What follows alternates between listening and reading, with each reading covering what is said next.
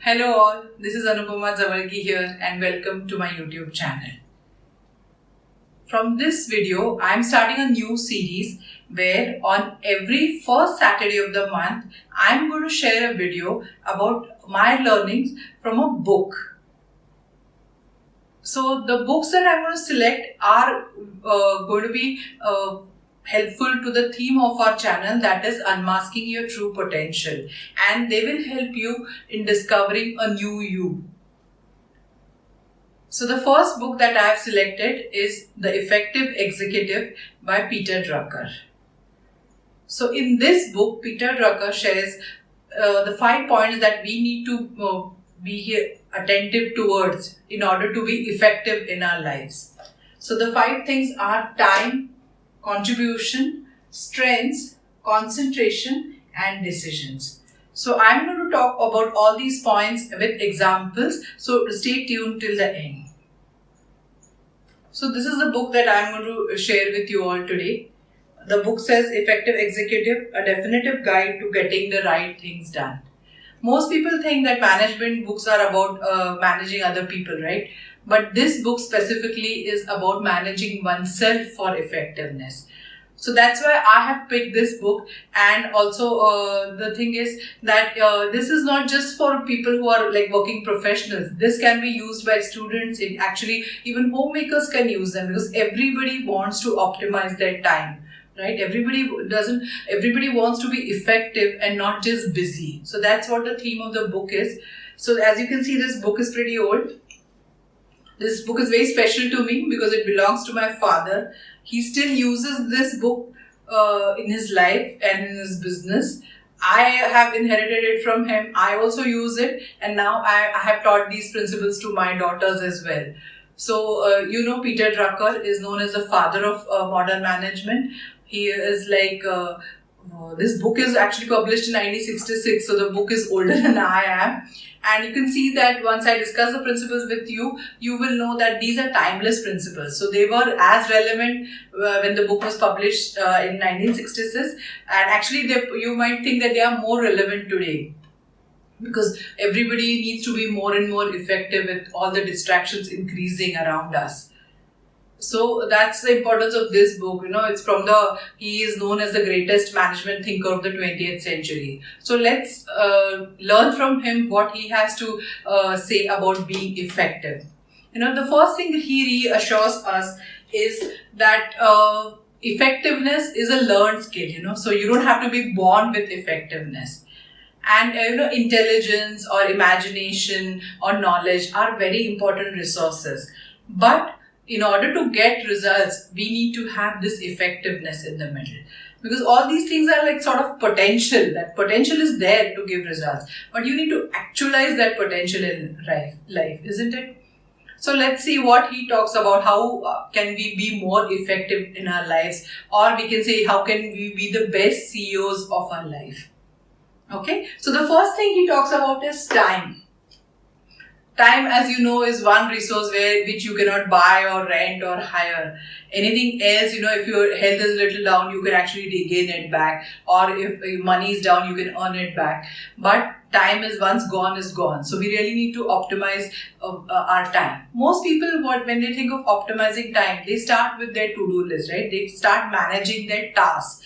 But what Peter Drucker suggests is, before actually listing your tasks, you need to track your time first.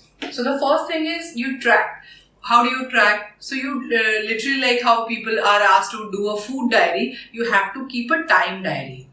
And what happens is, whenever you start tracking something, automatically your performance in that area improves. Because you don't want to write for the 100th time, like I saw my WhatsApp messages or it went on Facebook. So automatically some distractions are eliminated. Okay, so you take you take a particular day, or you can even take some time slot. Like let's say your most productive time is between 9 and 12 in the morning. So you do that, for 3 hours. You track each and everything that you do in those 3 hours. Okay, so the first step is not just starting with a to-do, but actually tracking where your time is going right now. That is a track. Then the next one is manage. So what happens is, once you know where your time is going, now you make 2 different lists. So one is stop doing list. So in the stop doing list, what you're going to put is all the activities, like let's say you found out like there are all these activities when you started tracking, you realize. So out of these, you will start eliminating and to make two more lists. One is stop doing and other is offload. So the things that you realize have been wasting your time go in the stop doing list. And the things that somebody else can do it as good as you can. So those things you need to offload. And once you make these two lists, then you're going to get to your to-do list. Okay? So track, then manage, make these two lists first, then to-do list, not go to directly to your to-do list. And the third thing that he talks with respect to time is consolidate. Nowadays we talk about 90-minute cycles, but for Peter Drucker, he says that you need to have a large chunk of time to do some important tasks. For him, it was like half day, or sometimes they could stretch to even 2 weeks, which we think is kind of odd nowadays. But I'm hearing a lot about this from people like Cal Newport also in his book Deep Work. He also suggests that we need a big chunk of time to do some important things. So let's say you have some big report due. So you need to put like at least a half a day to fix that report or to write that first draft of the report. Maybe then later on revisions, you can schedule like half an hour or 15 minutes to do the second or third revisions. But when you start, you need big chunks of time. This is true even for students. Most students, they take just keep half an hour to revise some difficult subjects, and then they feel that they haven't understood much. So you need to keep like an afternoon or so to actually understand all the concepts in a difficult subject. So consolidate your time, another very important tip. So that is what we need to do with respect to time. Now the second one is contribution.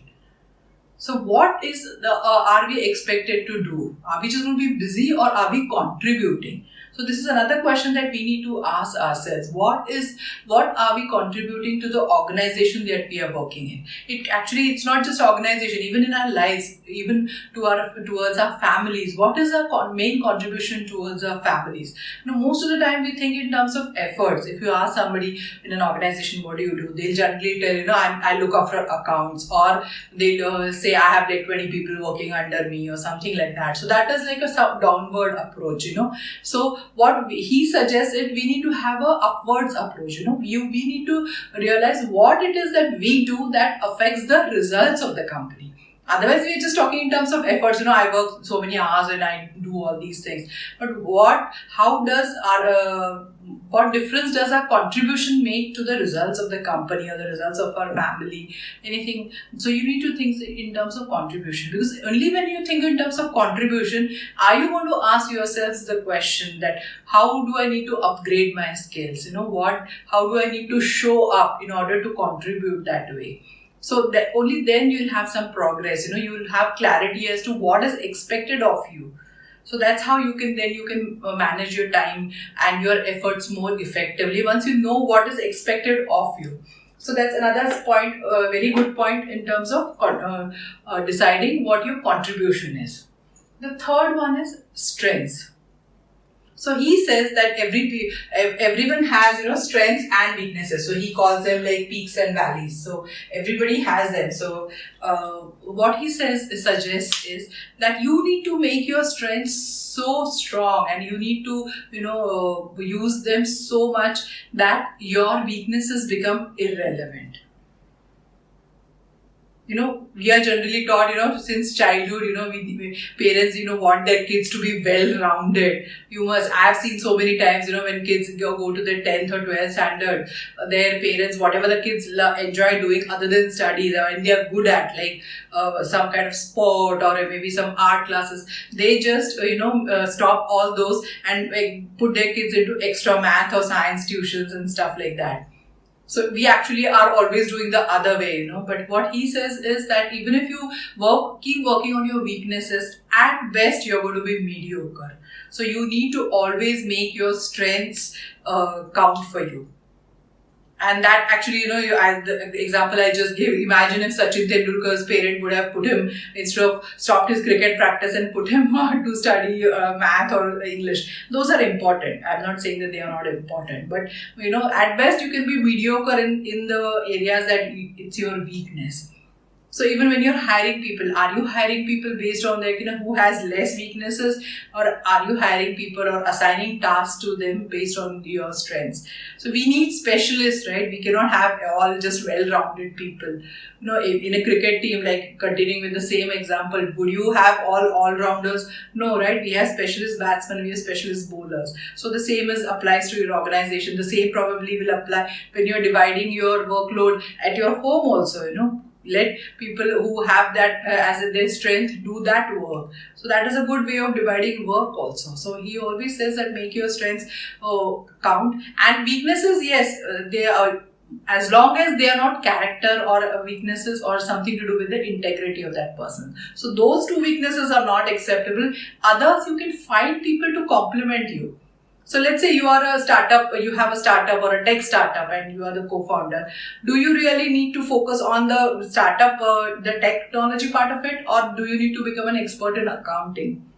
You can always get somebody to do the accounting, right? What is expected of you? Again, the contribution that we talked about earlier. What is expected of you is that you need contribute technically, right? So that's the thing. So in order to find your strength, he gives us to a feedback method. What he says is, whenever you take a new task, what you do is you write somewhere what you expect the result to be in, let's say, 6 or 12 months. And after 6 and 12 months, you just go back and see, have you achieved those results? So if you have, then you know that those areas are your strengths. If you haven't, then they become your weaknesses. Okay, so that's his way of finding out strengths and weaknesses. You may have your own, but finding those is very important. The next one is concentration. There are always going to be more ideas than you have time to execute. So what he says is, you always need to focus on first things first, and second, never, right? Because there's always going to be one thing that needs your time and your attention. So maybe it might be your work, or maybe it might be that you need to literally shut down everything and take a nap or take a break, spend time with your family, pay attention to your health. So at any given moment, there's only one thing that needs to be done. What we generally do is we tend to do the easy things and put the difficult things for later on. So he tells us that we need to ask ourselves the question: what is it that needs to be done? Because we generally ask ourselves, what is it that we want to do? So that's not the way. You have to ask yourself what needs to be done. This is one principle I have used a lot with my daughters. When they were in school, all kids, when they have any project due, they always tell you the night before the project is due that there's a big project, and they are all busy doing something else when there was time. So what I have to tell them, you let me know first thing, we need to do this first things first basis. So you tell me all the deadlines, and whatever the one that needs to be submitted first, you are going to start with that first, even though you may not want to do it, you still have to do it. So that's one thing that I have tried to inculcate in my daughters. I also need to remind myself of that sometimes, because some tasks are difficult. So we always push them, we have some limiting beliefs about them, or we are afraid of doing those. So we just push them back and try to keep ourselves busy with the ones that we want to do. So another very important topic, that if you want to be effective, always do first things first. Okay. Now the last one, that is decisions. He says that we need to make decisions in such a way that one decision takes care of hundreds of decisions. So you don't have to make those decisions again and again.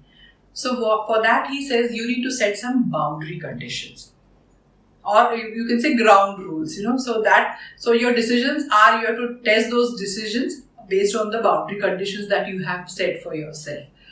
So I'll give you a couple of examples. My personal example I'll give you. Like, we also develop apps. So for our apps, we have a boundary condition that we are not going to buy subscribers. So now that I have started a YouTube channel, that boundary condition is same. So even for this, I don't have to think like whether I'm going to buy the subscribers or not. No, it's already decided. I don't have to decide it again and again. So it's still a no for me.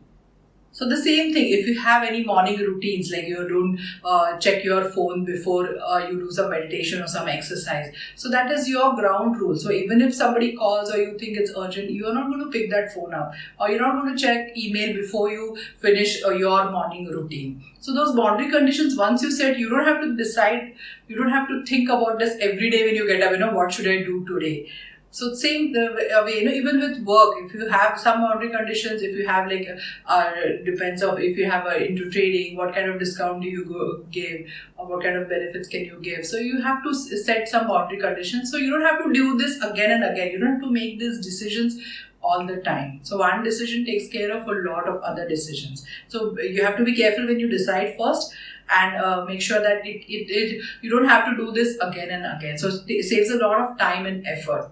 And I would really like to talk to all the ladies who are watching this video, because we tend to, every time there's a festival or we have guests at home, or we are taking care of sick people, sick family members, we just don't have any boundary conditions for ourselves, we just skip our exercise routines, or, whatever the things that we do for ourselves, those things go for a toss. So we need to have those boundary conditions so we don't have to decide this all the time.